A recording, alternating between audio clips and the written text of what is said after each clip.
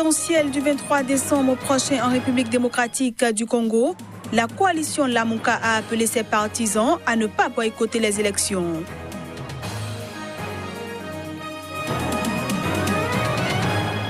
Afin de donner une nouvelle impulsion à la lutte contre le groupe djihadiste Boko Haram, les dirigeants des pays de la région du lac Tchad se sont retrouvés ce samedi au Nigeria.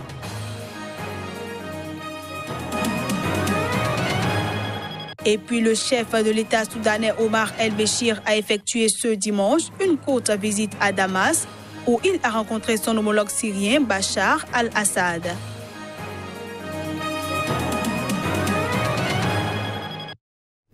Voilà pour les titres. Bienvenue à toutes et à tous. En République démocratique du Congo, le candidat de la coalition Lamuka a appelé ses partisans à ne pas boycotter les élections. Son directeur de campagne, Pierre Lumbi, a été chargé de fixer l'opinion sur la position de la coalition en ce qui concerne la suite du processus électoral. Martin Fayoulou, l'un des deux principaux candidats de l'opposition en République démocratique du Congo, a prévenu qu'il refusait tout report de l'élection présidentielle prévue le 23 décembre prochain. Il a également accepté sous condition une procédure de vote qu'il refusait jusqu'à présent. Martin Fayoulou et sa coalition politique Lamuka sont opposés au vote électronique, notamment avec l'usage de la machine à voter que la CENI s'obstine à imposer en l'absence de tout consensus. Ces machines peuvent servir pour d'autres tâches telles l'impression des bulletins de vote, a déclaré le directeur de campagne de Martin Fayoulou lors d'un point de presse. Seul le résultat issu du comptage manuel des bulletins déposés dans les urnes, en outre validé par les témoins des partis politiques et les observateurs indépendants, devront être pris en compte, a-t-il ajouté. Ces déclarations de la coalition Lamuka n'ont pas manqué de faire réagir Félix Tshisekedi, un autre candidat de l'opposition. Ce dernier a d'ailleurs, lors d'une conférence de presse, répondu aux propos de Pierre Lumbi. Je voudrais bien que Martin Fayoulou réponde à la question de savoir qu'est-ce que lui a accepté alors du pouvoir pour aller dans un tel scénario. À présent, j'en appelle aux électeurs, c'est à eux de voir à qui ils ont affaire avec ce candidat de la confusion. Le Front commun pour le Congo du candidat du pouvoir Chadari Rabazani a aussi réagi. Que Lamuka parle de non-respect des élections, d'aller aux élections avec la machine à voter finalement, je crois que c'est l'expression de désarroi de quelqu'un qui n'a pas de prise sur la réalité des choses et du processus électoral, a déclaré André Alain Atundou, porte-parole de la majorité présidentielle et chargé de la communication du Front commun pour le Congo. En Côte d'Ivoire, la reprise des élections locales a été marquée ce dimanche par de nouveaux incidents. Aucune perte en vies humaines, mais de nombreux dégâts matériels ont été enregistrés. Plus de précisions à travers ce reportage. 2 mois après des violences qui avaient conduit à l'annulation de plusieurs scrutins des municipales du 13 octobre, la reprise du scrutin n'aura pas été exempte d'actes de vandalisme. Les incidents majeurs ont été notés notamment dans la cité balnéaire de Grand Bassam et à Port-Boué, une commune d'Abidjan. À Grand Bassam, à 30 km d'Abidjan, épicentre des troubles post-électoraux en octobre, un commando d'hommes armés non identifiés a fait irruption vers 17h GMT dans 2 centres de vote voisins et saccagé les urnes. Les forces de l'ordre, pourtant présentes sur place, ont laissé faire selon plusieurs témoins. De nombreuses urnes ont été alors brisées et des bulletins de vote répandus à terre dans les bureaux de vote du collège moderne et de Bassam 1. 2 autres bureaux de vote ont été attaqués dans des conditions similaires selon des sources concordantes. Un caméraman de la radio-télévision ivoirienne aurait par ailleurs été frappé et son matériel endommagé. Ces bureaux de vote sont situés dans le quartier Colonial France, classé au patrimoine mondial de l'UNESCO, un quartier traditionnellement favorable au maire sortant et candidat du PDCI, Georges Salé. L'enjeu politique pour ces élections partielles est cependant faible. Ils ne modifieront pas l'équilibre issu du scrutin du 13 octobre, largement remporté par le parti présidentiel RHDP, mais où le principal parti d'opposition, le PDCI, ancien allié, avait fait un bon score. Le scrutin en son temps était émaillé de scènes de violence ayant fait au moins 5 morts et des accusations de fraude au niveau d'une centaine de sites à 2 ans de la prochaine élection présidentielle déjà présente dans toutes les têtes. Du Togo, rendons-nous au Bénin où le parti Union sociale libérale a tenu son congrès extraordinaire ce week-end. Ce congrès avait pour but essentiel de se conformer à la nouvelle charte des partis politiques en République du Bénin. Ce fut également l'occasion d'appeler à l'union sacrée des forces de l'opposition pour les échéances législatives de mars 2019. Ce congrès de mise en conformité s'est tenu au siège de Vidolé à Cotonou. Autour du couple présidentiel Soglo, les responsables de l'Union sociale et libérale ont convié la classe politique nationale opposée à la gouvernance actuelle. Les résolutions du Congrès ont été présentées à l'assistance après les mots de bienvenue du secrétaire général adjoint du parti.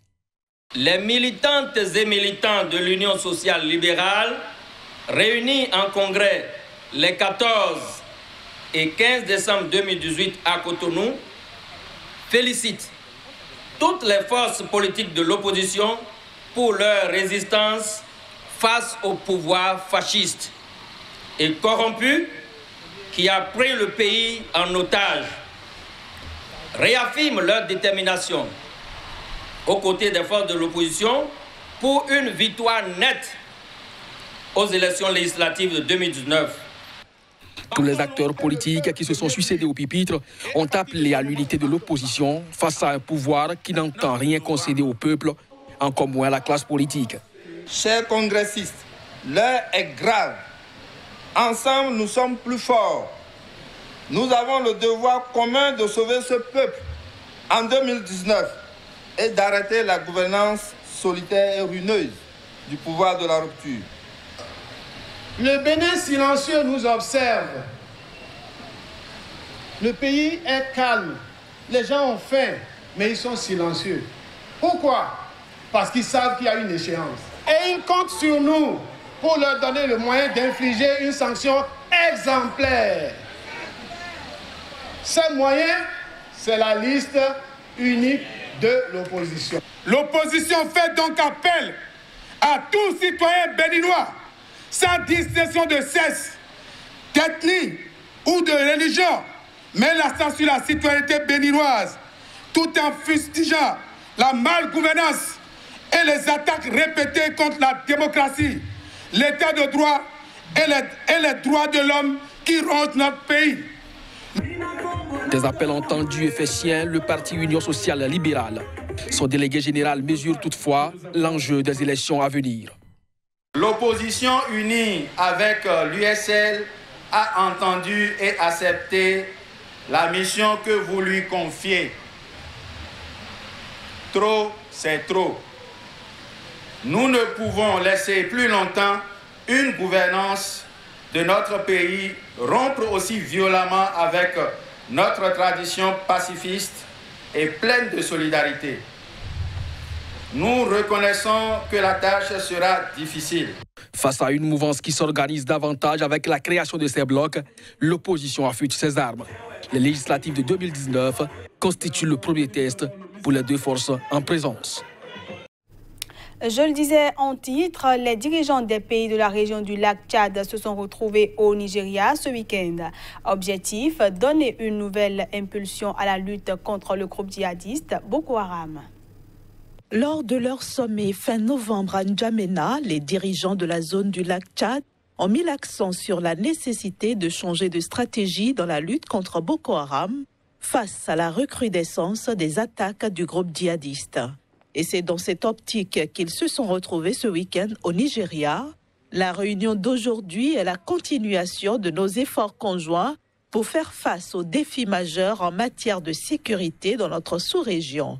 Elle est la concrétisation de l'engagement résolu des pays participants dans la lutte contre notre ennemi commun Boko Haram et le rétablissement de la sécurité et d'une paix durable dans notre sous-région, a déclaré le président nigérian Muhammadu Buhari. Cela était nécessaire en raison de la résurgence des attaques, notamment contre les militaires et des enlèvements de civils contre rançon à travers nos frontières perpétrées par Boko Haram, avec le soutien des terroristes internationaux qui ont infiltré notre région, a souligné le président nigérian en ouvrant le sommet. Dans un communiqué rendu public à la fin de leur réunion, les participants ont renouvelé leur engagement à lutter contre les terroristes de Boko Haram avec l'objectif de mettre un terme définitif à l'insurrection. Ils se sont aussi engagés à fournir une aide aux populations touchées par la violence dans la limite des ressources disponibles et demander à leurs partenaires internationaux de fournir une assistance supplémentaire à la force régionale qui combat Boko Haram. Le chef d'État soudanais s'est rendu ce dimanche à Damas où il a rencontré son homologue syrien Bachar al-Assad. Cette brève visite d'Omar el-Béchir en Syrie est la deuxième du genre dans la région, malgré le mandat d'arrêt international contre lui. Le président soudanais Omar el-Béchir a effectué une brève visite ce dimanche à Damas où il a rencontré son homologue syrien Bachar al-Assad. C'est la première visite d'Omar el-Béchir en Syrie depuis le déclenchement de la révolte en 2011. Et selon la présidence syrienne, le président Bachar al-Assad s'est félicité de cette visite qui va, selon lui, impulser une reprise des relations entre les deux pays comme elles étaient avant la guerre. Le président soudanais Omar el-Béchir a pour sa part affirmé que la Syrie, un pays en confrontation avec Israël, ne doit pas être affaiblie. Il a en outre espérer un retour rapide de la Syrie sur la scène internationale, loin de toute intervention étrangère dans ses affaires. Lors de leur entretien, les deux hommes ont plaidé pour de nouvelles approches dans les relations inter-arabes fondées sur le respect de la souveraineté des pays et la non-ingérence dans leurs affaires intérieures. Il faut dire que cette brève visite est la deuxième du genre dans la région malgré le mandat d'arrêt international contre le chef de l'État soudanais. La Cour pénale internationale a en effet émis un mandat d'arrêt contre lui pour génocide, crime de guerre et crime contre l'humanité. On passe à présent à la revue de presse Africa.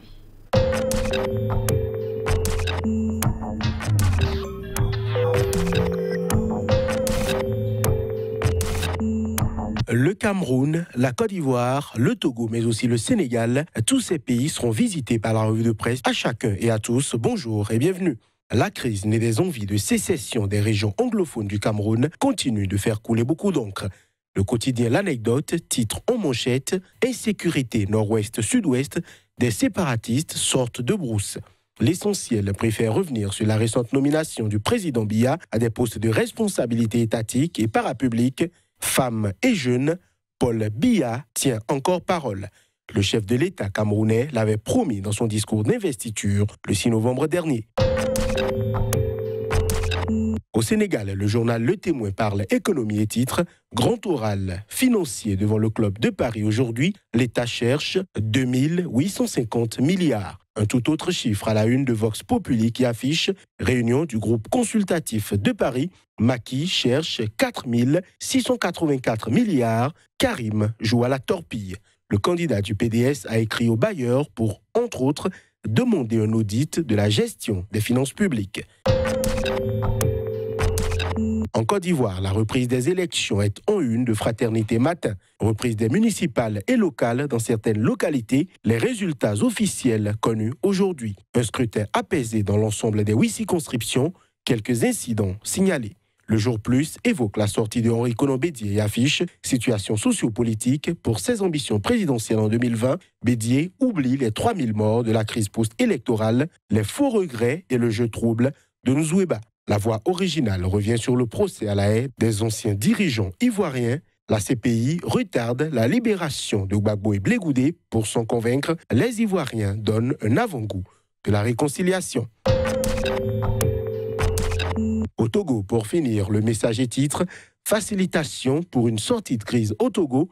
Le président Ado désavoue la C14. L'éveil de la nation, boycott des législatives du 20 décembre 2018, la C14 s'est tiré une balle dans les pieds. Liberté pour conclure, 20 décembre 2018, jour J-3, avant le scrutin de tous les dangers. Voilà, ce sera tout pour la revue de presse Afrique. Merci et à demain.